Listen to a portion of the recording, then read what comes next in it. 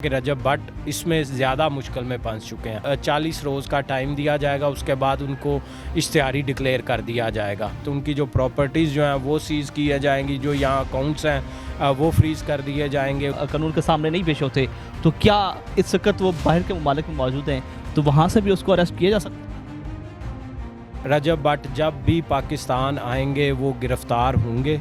वही सारा प्रोसेस जो डक्की भाई के साथ हुआ ये सारा फेस करेंगे। ये बताइएगा कि बहुत सारे लोग कहते हैं कि रजब भट्ट ने पहले भी बहुत सारे ऐसे काम किए जो गैर कानूनी थे, लेकिन वो पकड़ा नहीं जाता। क्या लगते है उसकी पीछे कौन है? छोटे बच्चे हैं, इनके ज़हनों पे जो इन्होंने इन्फ्लुएंस किया तो फिर इनको फॉलो करते हैं। जो ये कहते हैं वो उसको ये फॉलो कर रहे थे और इनको निशाने इबरत बनाया जाएगा। तो क्या इनके यूट्यूब चैनल जहाँ से इन्होंने प्रमोशन का आगाज़ किया क्या वो भी बंद होंगे? बिस्मिल्लाहिर्रहमानिर्रहीम। नाज़रीन, दुनिया भर में देखें और सुनने वालों को ज़िचार अलवानी का सलाम और आप देख रहे हैं पायनियर वर्ल्ड न्यूज़। नाज़रीन, पाकिस्तान के मारूफ व्लॉगर यूट्यूबर डक्की भाई के बाद बहुत सारे ऐसे व्लॉगर हैं जिसमें रजब भट्ट, सिस्ट्रोलॉजी, अनस अली और दीगर लोग जो हैं वो बुरी तरह फंस चुके हैं। गैम्बलिंग ऐप की जो है तशहीर करने पर जो है इनके खिलाफ मुकदमात दर्ज हुए हैं। कौन कौन सी दफ़ात लगाई गई हैं और ये किस तरह फंसे और उसके बाद जो है इनके लिए कौन कौन सी नई परेशानियां जो हैं वो सामने आ रही हैं। हमारे साथ मौजूद हैं मारूफ सहाफ़ी हैं नदीम खालिद, इनसे जानते हैं। अस्सलाम वालेकुम। जी वालेकुम अस्सलाम। नदीम भाई, मुझे बताइएगा कि एक तरफ तो डक्की भाई गिरफ़्तार हुए, मुसलसल जो है उनको अदालत में पेश भी किया जाता है और ज़मानत की दरख्वास्त की जाती है, लेकिन उनकी ज़मानत खारिज हो जाती है। अब कुछ नए नाम सामने आ रहे हैं, क्या लगता है कौन कौन से लोग जो हैं वो शिकंजे में डालते हैं? देखें, ये टोटल लिस्ट जो है 47 लोगों की ये लिस्ट है, जो कि लिस्ट पहले बेसिकली जो इंक्वायरी का जो प्रोसेस है वो अभी कुछ के ख़िलाफ़ चल रहा है और कुछ के ख़िलाफ़ जो है मुकदमात दर्ज करने का ये सिलसिला जो है वो जारी है। इसमें डक्की भाई जो है ये इनको तकरीबन 1 महीना हो गया ये NCCIA ने अरेस्ट किया हुआ है और इस वक्त जुडिशल रिमांड पर जो है ये जेल के अंदर है।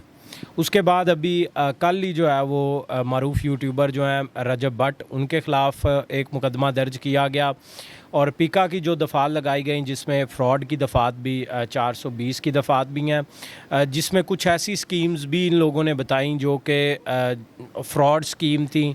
उसके अलावा जो गैम्बलिंग ऐप्स हैं उनकी प्रमोशन का इनके ऊपर इल्ज़ाम है।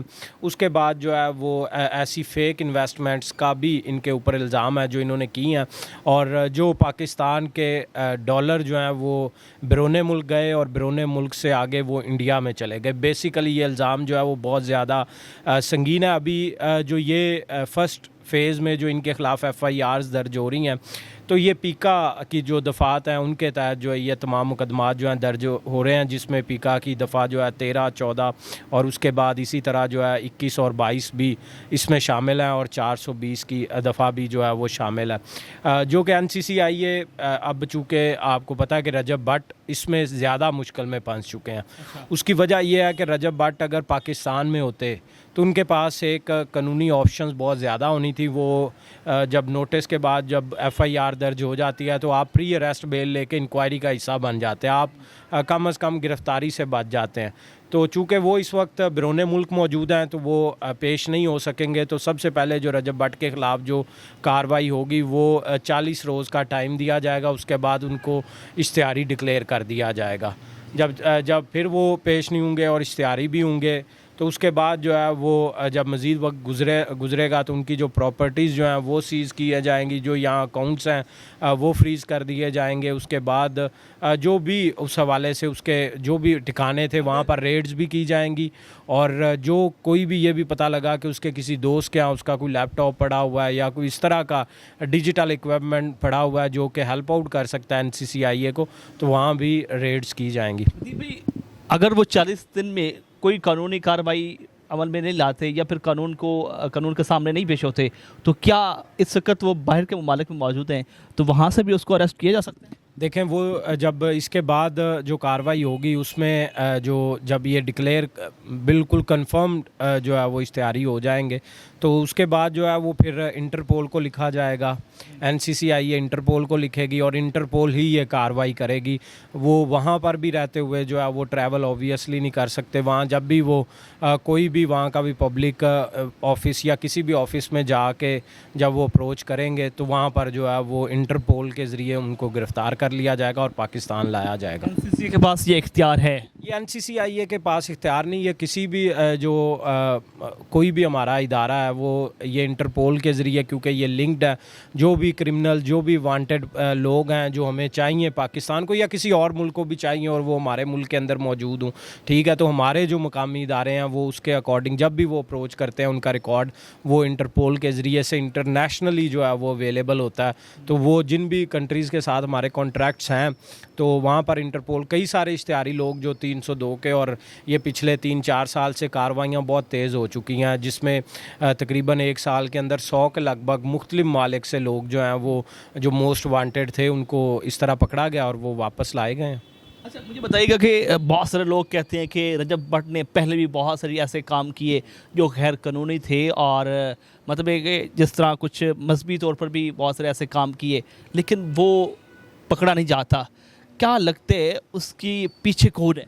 देखिए पीछे कोई नहीं, ये हमारे मुल्क का सीधा सीधा सा कानून है। देखें आप जब आप प्री रेस्ट बेल ले लेते हैं, आपके खिलाफ आपको पता लगा आपके खिलाफ एफआईआर दर्ज होगी, आप अदालत में गए, आपने प्री रेस्ट बेल ले ली, प्री रेस्ट बेल जो है वो एक्सटेंड होती रहती है, उसके बाद ये इसी तरह मामला और उसी दौरान जो है वो बेल्स कंफर्म हो जाती हैं। वो वकील इतने तगड़े होते हैं कि वो अदालतों को जो है वो उनको पता होता है कि कौन से और इल्ज़ामात जो हैं उनमें कितनी सदाकत है, वो उसके अकॉर्डिंग वो लूप होल्स निकालते हैं और वो इस बेस पे जो है वो उनको एक रिलीफ मिल जाता है।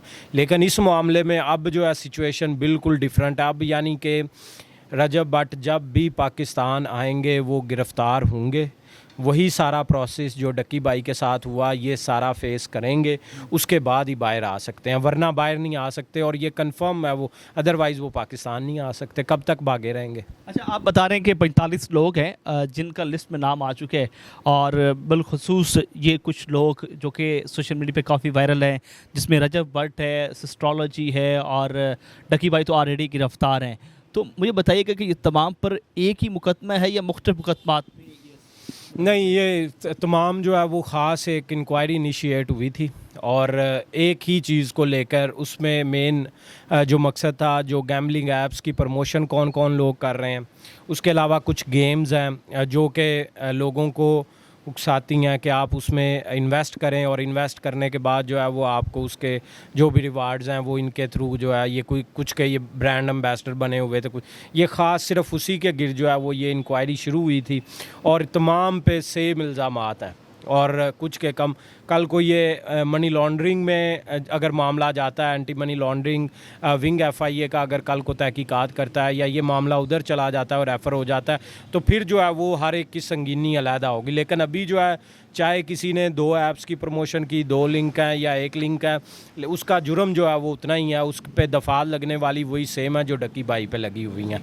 तो इसलिए जो है सेम तमाम पर एलिगेशंस है और ये 47 की जो लिस्ट है इसमें से 7 लोगों पे एफआईआर जिस वक्त तक दर्ज हो चुकी हैं। कुछ लोगों को लास्ट नोटिस जारी हो चुका है, उसका एफसीआर के प्रोसेस में वो पहुंच चुकी हैं। एफसीआर के बाद जब लिखा जाता है तो जब भी वो साइन होते हैं तो फिर उसके बाद एफआईआर दर्ज हो जाती है। तो बाकी लोगों पे आने वाले दिनों में जो है वो मज़ीद भी एफआईआर्स दर्ज होनी है। ताम अभी तक जो यूट्यूबर कुछ अरेस्ट हो गए वो भी, और अभी जो है आज सिस्ट्रोलॉजी वाली वो जो इकरा कंवल है उस पर है आज एफआईआर दर्ज हो गई है। एक नदीम मुबारक है, नदीम नानीवाला के नाम से मशहूर है, कोई टिकटॉकर हैं शायद, वो उनके ख़िलाफ़ जो है वो ये मुकदमा दर्ज कर लिया गया। इसी तरह एक और यूट्यूबर के ख़िलाफ़ जो है वो ये आज भी हसनैन शाह नाम है शायद उसका, और इसी तरह जो है उससे पहले हुरैरा, रजब भट्ट और अनस अली पे जो है वो 3 लोगों पे मुकदमा दर्ज किया गया था। उससे पहले ये डक्की भाई पे और एक लड़का मुदस्सर हुसैन था शायद उसका नाम, वो उन पे ऑलरेडी जो है मुकदमे दर्ज हो चुके हैं। भाई ये वही गेम्स हैं जिनकी इन्होंने प्रमोशन की जिसमें बहुत सारे ऐसे पाकिस्तानी मासूम शहरी हैं जिन्होंने करोड़ रुपए लुटा दिए? बिल्कुल वही हैं। और एक एक बंदा जो है जिसने अप्रोच किया है वो बताता है कि उसके किस तरह क्योंकि इन पे ट्रस्ट करते हैं, इन्फ्लुएंसर है हमारे सोसाइटी के अलमिया।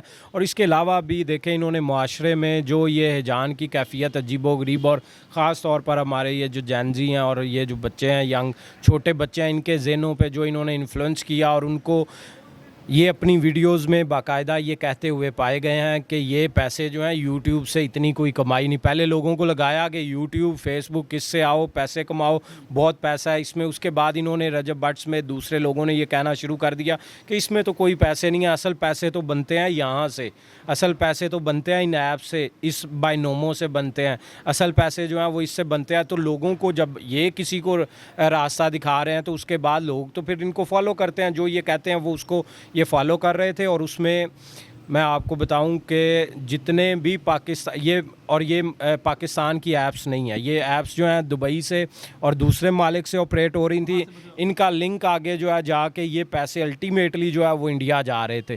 तो ये हमारे इदारों ने जब तहकीकात की तो पहले इनिशियल स्टेज पे उन्होंने कहा कि इनको पकड़ना ज़रूरी है, इनको सबक सिखाना ज़रूरी है, फिर इनकी तहकीकात करना ज़रूरी है और इनको निशान इबरत बनाया जाएगा। ये आज आपको मैं बता रहा हूँ। अच्छा नदीम भाई, मुझे बताइएगा कि जिस तरह आपने बताया कि इनके तमाम तर अकाउंट्स जो है वो भी हाईजैक किए जा सकते हैं, उनको भी बंद किया जा सकता है, तो क्या इनके यूट्यूब चैनल जहां से इन्होंने प्रमोशन का आगाज़ किया, क्या वो भी बंद होंगे? देखें वो उस पर जो है लीगली जो है वो उस पर कोई बॉन्डिंग नहीं है उन पे, वो अपना काम करते हैं। वो अगर वो अपना काम सही तरीके से करें तो उसका तो कोई लेना देना नहीं है ना उस चीज़ से, NCCIA का उससे ताल्लुक। जो उन पे इलीगल एक्टिविटी आई उसकी जो सज़ा है वो इनको सज़ा मिलेगी, यूट्यूब बंद करने के हवाले से या इनके चैनल्स बंद करने के हवाले से या इनका करियर ही ख़त्म कर देने के हवाले से किसी किस्म का जो है वो NCCIA को तो एतराज़ नहीं होगा और ना लीगली वो कर सकते हैं। अच्छा रजब भट्ट को अभी हमने देखा कि वो मुख्तलिफ कंट्रीज़ को चेंज कर रहे हैं, कभी किसी मुल्क में होते हैं कभी किसी में होते हैं, तो क्या लगता है कि उनकी दौड़ें लग चुकी हैं या उनके पीछे लोग पड़ गए? बहुत जल्द आपको वो फिर ट्रैवल करते नज़र नहीं आएंगे। उसकी वजह यह है ये अभी ट्रैवल कर सकते हैं इस प्रोसेस में, अभी कोई एक महीना एक 40 दिन जो है वो सफ़र कर सकते हैं। उसके बाद जब ये प्रॉपरली ये रिकॉर्ड में जो है वो इंटरपोल के भी चला जाएगा तो फिर जो है वो उसके बाद वो सिर्फ अपने कमरे की हद तक रह जाएंगे और उसके बाद वो अजाइलम करते हैं या जो भी करते हैं वो एक लहदा वो खुद अपने हल देख रहे होंगे। क्या वो तो बाहर बैठ के भी अदालत का रुजू कर सकते हैं? नहीं, वो उन्होंने जब भी आना है अब उनके पास ये ऑप्शन नहीं है। पहले उनके पास ये ऑप्शन थी, वो अपना जवाब जमा करवाते, इंक्वायरी टाइम लेते, उनको बताते कि वो इस काम की वजह से इस वक्त लंदन में मौजूद हैं या UK आ गए या किसी और कंट्री में भी आ गए हैं, वहाँ पर वो मौजूद है, इस वक्त वो फेस नहीं कर सकते, उनको टाइम दिया जाए। लेकिन उन्होंने किसी भी जो इल्ज़ाम जो NCCIA की FIR भी कहती है कि उनको जो भी नोटिस जारी किए गए, कोई एक नोटिस उन्होंने मसूल नहीं किया, किसी एक का जवाब देना उन्होंने पसंद नहीं किया। तो जब इस सूरत में जो NCCIA के लॉज हैं या FIA के लॉज हैं, जब कोई बंदा इंक्वायरी स्टेज पे या नोटिस स्टेज पे कार्रवाई का हिस्सा नहीं बनता, अपने आप को इनोसेंट वहाँ जाके डिक्लेयर नहीं करता, तो उसके ख़िलाफ़ वन साइडेड कार्रवाई हो जाती है। तो अब उनकी ना स्टेटमेंट की ज़रूरत है ना कुछ, अब तो जो है वो सीधी बात है आके गिरफ्तारी दें और ट्रायल का जो प्रोसेस है और बाद में बेल ले लें।